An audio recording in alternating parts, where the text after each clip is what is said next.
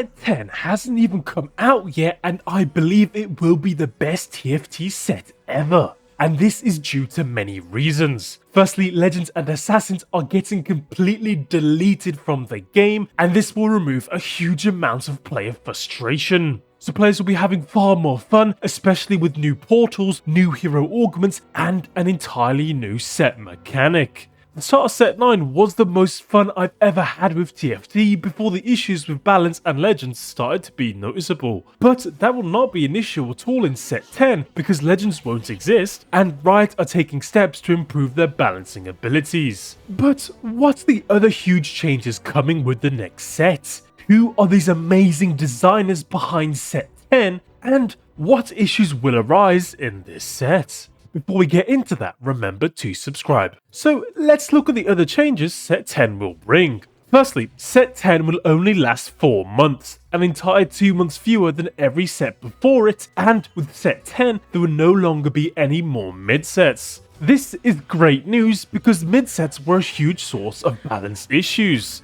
With significantly shorter sets, TFT will be insanely refreshing, and the only negative is that players may not have enough time to play each set. Anyway, as I said, a huge frustration point like Assassins and Legends are getting removed, but Riot are also undoing the XP nerfs brought by Set 9, which should revive Fast 8 strategies and remove the cringe that was the level 7 lottery. But that does make me wonder if they'll go in the other direction and make higher levels cheaper, especially since level 10 will now be accessible to everyone irrespective of augment. Regardless, Riot permanently adding level 10 means that they can stagger the access and power of 5 cost units, which allows more freedom to every other cost unit.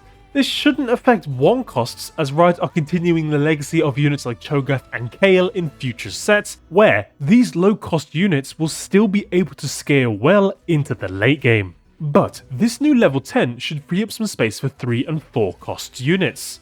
3 cost units especially didn't really have much of a presence in Set 9 if they weren't 3-starred. So I'm expecting 3 costs to feel slightly stronger overall in Set 10, which will make them far more viable in late game boards, even if they are just 2-starred. So with all of that in mind, I'm not sure if this new level will favour reroll or leveling strategies. Moving on, Set 10 will bring new augments and rotate some out, and this is notable as all Heart, Crest and Soul augments will also not be in Set 10. And this may be an unpopular opinion, but I think these augments leaving will be fantastic. Now, chasing verticals will be much more challenging but far more rewarding, and this will bring back some meaning and value to spatulas, which in my opinion have not felt great since Set 4. Now, these augments are getting replaced by an entirely new set mechanic, which could potentially be something like Chosen, where a specific unit would count twice towards a trait. I just hope they don't take 2 team slots like a certain older mechanic that players probably don't want to see. But if you're a fan of hero augments, then they will likely make a return to Set 10, although there probably won't be that many. Similarly, Riot also exploring lower cost threat-like units. And this may be a minor point, but Set 10 is releasing in November as opposed to December. I remember that being a huge issue in Set 8, where due to the set being launched just prior to the holidays, there was a huge gap in TFT's patch cycle and problems were left unaddressed, which was a nightmare for players. Essentially, Set 10 is a bundle of the best parts of the last 3 sets without any of the negatives, which I think is a phenomenal recipe for success. And Riot are clearly learning from previous mistakes and putting that knowledge forward into this set. Now let's talk about the devs for this set. Firstly, the lead designer, Whitrock, is one of the most seasoned designers in TFT with sets 2, 3, 5 and now 10 under his belt. And Chamerix was the lead designer behind TFT's best sets ever, being sets 4 and 6. So Set 10 has the devs behind the most ambitious sets in TFT history with the most unique mechanics like the elemental system, chosen units, shadow items and augments. This set will also be the longest set in development at 12 months, while every set prior was at most 10. And with this image being teased back in November 2022, then it's possible that Set 10 has been in development for over 13 months, which would be longer than Sets 11 and onward. Now, if you watched my video on whether or not set 10 will have worse balance, then you know that my major complaint about set 9, and specifically its mid-set, is the lack of polish on launch, which caused numerous issues throughout the set. But with set 10 having 2 more months in development while having the same complexity as set 9, I believe the launch date of set 10 will be far more polished and balanced. Well, as long as the new mechanic is not remotely similar to Legends, then the minor balance issues that may crop up shouldn't be nearly as exploitable. Regardless, set 10 won't have a mid-set which preemptively resolves a lot of balance issues. But I am still a little worried that the patch cadence will be far too slow for set 10, but I have faith in the TFT team to pull it off. Now, Riot Games is a game company known for its musical talents. So what do you think will happen when they funnel that musical talent into a TFT set? At the very least, that musical talent will become cosmetics like arenas or Little Legends. Each set's battle pass contains arenas and Little Legends themed around that set. While the Little Legends on set 10's pass will probably just be variants of ones you've already seen, the arenas in that pass should be themed around these bands.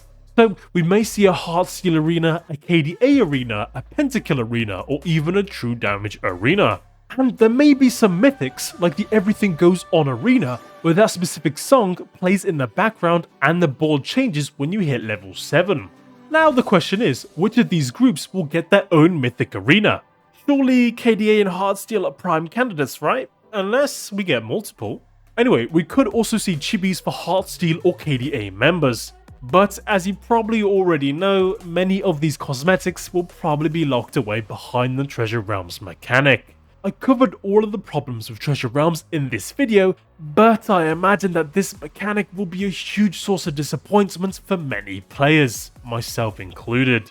So even though many amazing cosmetics may be released during set 10, by far the largest issue is that they will be inaccessible to many players behind the gacha system.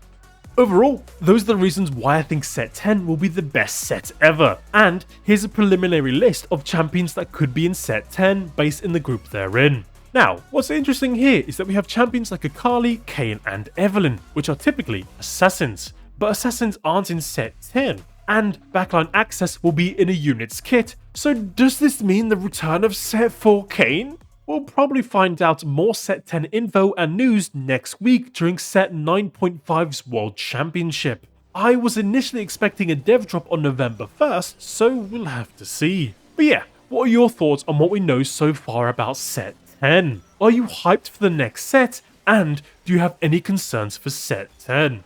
Let me know in the comments, and remember to subscribe.